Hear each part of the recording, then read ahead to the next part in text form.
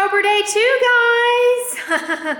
We just got back from a little coffee this morning, and as you saw, I'm making cubed sweet potatoes in my crock pot today. I just put on a little ginger on top, and I also put on some cinnamon and turmeric, and I just let them cook low and slow, and then I have them that way to top on salads. And then because they've got nice cinnamon and ginger in them, I can also scoop a few of them into a smoothie and make sweet potato mash. So it's totally excited about that. I don't know, what do we think of Tony Moly 101 or 100, the pearl brightening mask? Stay tuned for the review. But my mom is here. Hi everybody. What you doing there? I'm listening to my book on tape. The Circle by Dave Eggers. Yeah. And this is the cutest book we picked up at the library. Yeah, Hello it's Tokyo. It's all about crafting Tokyo style. So Yeah. I'm getting inspired there. And can I show my feet? Oh yeah, look at our feet, guys. Check these out. Look at our It's our Totoro toes. socks. Totoro toes. Yeah. Yeah, we both have.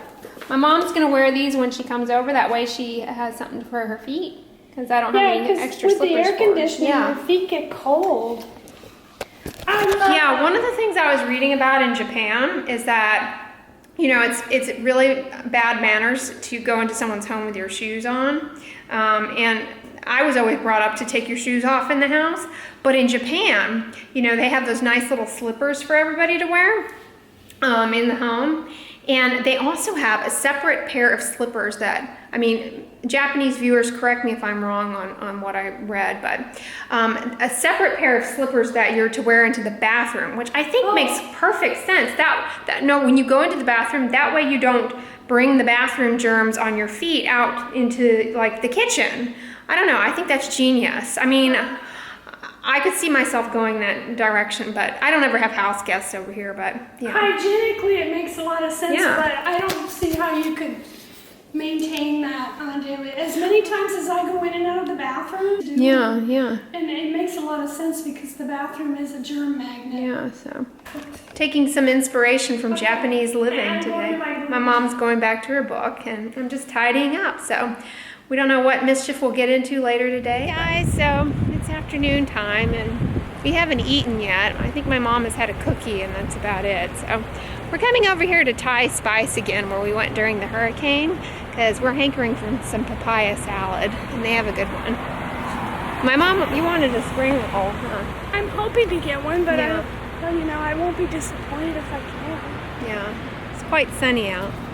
All right, we're back here again, and we got, this is a starter to share as our papaya salad. And you got, I got jasmine tea. how is it? And it still needs to felt steep like a little bit? hot tea. Yeah, all right. This looks yummy. Yeah, it's really good. All right, our entrees came. What'd you get? It's a curry with sweet potatoes, carrots, and Tofu and peanuts. Tofu and peanuts. Ooh, that looks really good. Yeah, I'm You excited got brown to try rice? it. Brown rice. How's your tea? It's very good, except I would like it to be hotter, but there's no problem. Well, it's quite hot outside. And then we got the summer rolls with tofu to share. I love these. You were really craving these. I was craving these Because you saw, they were in that book, right? The Tokyo Living. Yeah, they're cute. And I got steamed veggies and tofu and brown rice. This is a sauce that's supposed to come with it, but I really don't like it, so I asked for it on the side, but I should just tell them to not bring it. It's unsightly there. Yeah, have you guys ever had the summer rolls? They're way better than like the spring rolls, because they're not fried, they're just in this little rice paper. And I love the peanut sauce that comes with it. I just put a little bit on there.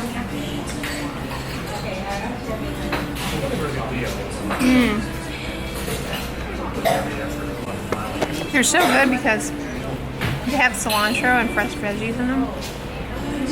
They're very refreshing. I remember the first time that we had them. I had them for the first time in Washington, D.C. And I had a whole salad when I was a child. This massive salad. It was just completely topped with these summer rolls. And it was like the best food I'd ever had at that time. I really like them. And you've never met a peanut you didn't like, No. so. We all know that about me.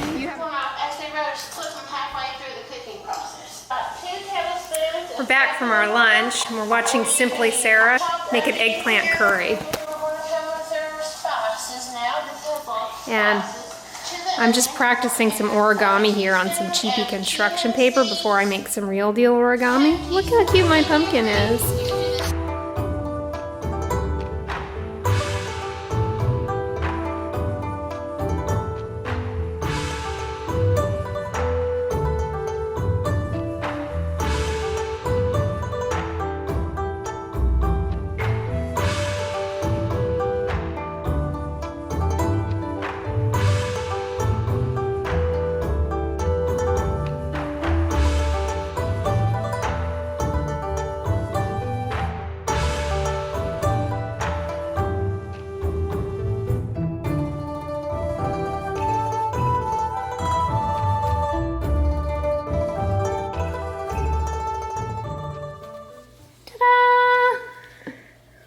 How cute is that? A little heart here. You can make teeny tiny ones and make them into these pretty earrings. I'm just using... That's adorable. This is a craft paper that my mom got you got this at Michael's in the clearance bin? Yeah, quite a while It's a ago. little thick for origami. You really want washi, but It's, just for playing around purposes. That's kind of you cute. did a nice job on that. That would make it pretty. Goes with Bubba. And then I also practiced with a cheap piece of junk paper here, a little crane. Woohoo, spooky for Halloween. Well, we decided to come over and have a tutti frutti for the afternoon, so we like coming here because they have non-dairy non-dairy almond milk-based frozen yogurt, so. I got, they have this taro flavor one that I like, and I put crushed up waffle cone and blueberries and strawberries and a little bit of coconut. And I put a lot of strawberries and blueberries in the bowl, so I like it that way. And you got, it's like strawberry and... And then the tart flavor. I always like the tart. yeah. And coconut? Coconut. Yeah, we love Tutti Frutti. Well, hey guys, I just got back from Tutti Frutti with my mom and she left. OMG, I just dumped my crock pot of the sweet potatoes and I have to show you. They smell so good, and the ginger and cinnamon and turmeric caramelized with the sweet potatoes. It smells so rich and decadent, and all this is, you guys, is peeled chopped sweet potatoes, a bunch of sliced fresh ginger, cinnamon, and turmeric, and oh my goodness, I wish you guys could smell it. It just smells like caramel. I mean, see how the bottom there caramelized? I mean, that'll be easy to clean up, but yeah, I'm essentially just gonna let that cool to room temp there, and then have it throughout the week to put on salads and things. It's gonna be so delicious. I had to show you guys that, but yeah, I just wanted to take this moment to kind of remind you guys that even though it's getting into cooler weather, and depending on where you are in the world, it may be transitioning to a period of time where it's cloudier and cloudier. And I think it's much easier to feel as though you don't need to wear sunscreen and to start neglecting sun protection. But the reality of the matter is that so long as it's daylight out, the sun is touching your skin, and those ultraviolet rays are damaging. Because, you know, it's there's no escaping it. Just because it's winter, just because it's cold and gray, so long as it's daylight out, you know, that's ultraviolet light. And cloud coverage does not really offer very much protection against ultraviolet light's damages to the skin, as far as you know, what it can do in terms of putting you at risk for skin cancer as well as photoaging. So definitely continue to utilize sunscreen and sun protection as the weather gets cooler. I say that, but here in Texas it is so hot still and very, very, very sunny. But I know in other parts of the US and other parts of the world it's going to start getting darker and that sort of thing. So I'm going to continue to push the sun protection agenda. And I get many questions about vitamin D and vitamin D levels in the skin and vitamin D intake, and shouldn't we be getting vitamin D from the sun? And I hear it all the time on YouTube. And the reality of the matter is that vitamin D levels, vitamin D is very important for overall health. It's very important for the support of the immune system, bone structure, etc. I'm not ever underplaying the role of vitamin D in human health. Huge, huge, huge role in human physiology and human health. However, vitamin D levels are something that really are hard to determine, and as far as what a good vitamin D level is. However, you know, the amount of vitamin D that you get from the sun, it doesn't necessarily, we don't know that it necessarily restores you to a healthy vitamin D level. And so there's really no amount of sun exposure that you can get that would raise your vitamin D without subsequently putting you at risk for skin cancer. And so it's very, very difficult for us to recommend people getting sun exposure as a measure of reconstituting or getting their vitamin D, especially when you can get it from foods, you can ingest it in supplement forms, etc. Everyone asks me what a good vitamin D supplement is. I cannot recommend that. That's outside of my area of expertise. Everyone asks me about what their vitamin D level should be and how much they should be taking. Again, I cannot comment on that because it is also outside of my expertise and also is probably specific to you. You know, certain medical histories and certain other medications you may or may not be taking, etc., may necessitate specific guidelines for you. So the best person to ask is your primary healthcare provider who knows your medical history, knows what medications you're on, you know, all of those factors that play a role in it. But the bottom line is we're transitioning into the darker seasons, and you still need to protect your skin from the sun during daylight hours, safe amount. There's really no such thing as a safe sunbathing, so that's essentially what it boils down to. But anyways, guys, I am going to get ready to go to the gym, and I'll check in with you guys later. Well, hey guys, have a fun time with my mom. Just got back from the gym, and I'm coming in with the Tony Moly Hyaluronic Acid Mask tonight. I just love these. They're so much fun. Thank you for sending me these, guys. The way I put these on, FYI, and I think they're best applied, is in the shower. I tilt my head back to rinse the shampoo out of my hair, and that's when I drape the mask off, and then I reach behind me and I turn off the water, and then I flip my head over and do the t-shirt towel and grease my body and step on out. That really locks in the moisture in the water, because if you just put these on a dry face, you're sort of setting them up for failure, okay? Because the stratum corneum, the top layer of the skin, that's all the cells of the skin that form the shield, the barrier, and they're not mitotically active, which means they don't divide. You know, they're just kind of dead up there, okay, making a nice shell, okay, which is important for skin health. But once that shell is hardened, if you will, the active ingredients in these things, like the moisturizing component, the hyaluronic acid, it doesn't really have much chance to shine. So I think it's best applied onto wet face, honestly, plus it just adheres better. And then when I take it off, you know, this particular product has fragrance in it, unfortunately, but ideally these should be fragrance free, and I just daub them in and then seal them in with a bland moisturizer. And by bland moisturizer, I mean the Neutrogena oil-free moisturizer or CeraVe PM, or you know, I also really like the Sun Young moisturizer by Etude House. It's a good one.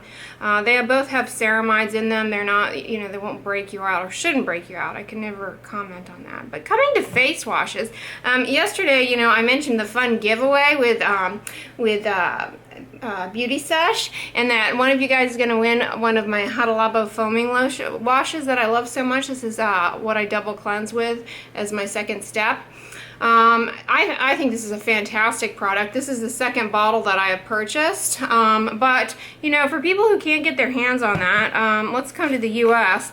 This is one that I think does an equally good job in the double cleanse. In fact, I used it tonight. It's the Ultra Gentle Hydrating Cleanser Creamy Formula by Neutrogena. I think this supersedes Cetaphil creamy face wash as far as efficacy in removing makeup and sunscreen, and it doesn't have that horrific fragrance to it. And yeah, as far as Cetaphil though, I've said on here before, it's really just that face wash I detest. Everything else they make is kind of fine. You know, they make some decent moisturizers and some decent sunscreens. I'm not knocking the brand. It's just that face wash, that creamy face wash, it just sucks, okay, for lack of a better word. But here in the US, I love Neutrogena Ultra Gentle Hydrating Cleanser, creamy formula, guys, this one. And I also love, love, love the CeraVe hydrating face wash. They have a creamy version and a foaming version. So if you're a foam guy or gal and you want foam, go for foam. In my opinion, they're equally efficacious, and both are non-drying. In Europe, okay, well, we're crossing over because I know you guys can't get, you know, Neutrogena, and you know, Hada Labo may be difficult to come to likewise. I really think La Roche-Posay, at least the one I've tried here in the US, if you're new here, that's what I jokingly call La Roche-Posay. The La Roche-Posay Toleriane line that has ceramides in it. I'll list it down below. That is likewise a fantastic face wash, okay? It's super gentle. I actually think it's better than the Neutrogena one, to be honest with you, and maybe a little better than CeraVe. It's really luxurious. And actually, here in the US, that particular face wash of the La Roche-Posay line is not expensive. And I believe in Europe, it's super affordable. Europeans, though, comment below on the brand Superdrug, because some of you guys are mentioning it, and I Googled one of their moisturizers, and I really, really like the ingredient profile, but, you know, that's one I'd like to check out. Japanese skincare, I already mentioned my fave here, Hada Labo. This is the only one I've tried out. I would love, love, love also to try out the Japanese Curel, K-A-O. It's Curel, like the American line, Curel, C-U-R-E-L. And then it also has the additional K-A-O. I don't know if that signifies that it's Japanese. But you guys have a face wash that looks epic, and I'd love to try that again in the future, sometime in the future. I hear good things about that Pure Whip. I haven't looked into it, so that's one I'll have to check out sometime. And then there's one that's got a pretty flower on the bottle. I'm blanking on the name, but I see that a fair amount in H Mart. I want to check that out sometime. So yeah, those are some of my favorite face washes. I love face washes like this because they are fragrance free, they are gentle, and they don't have a bunch of weird...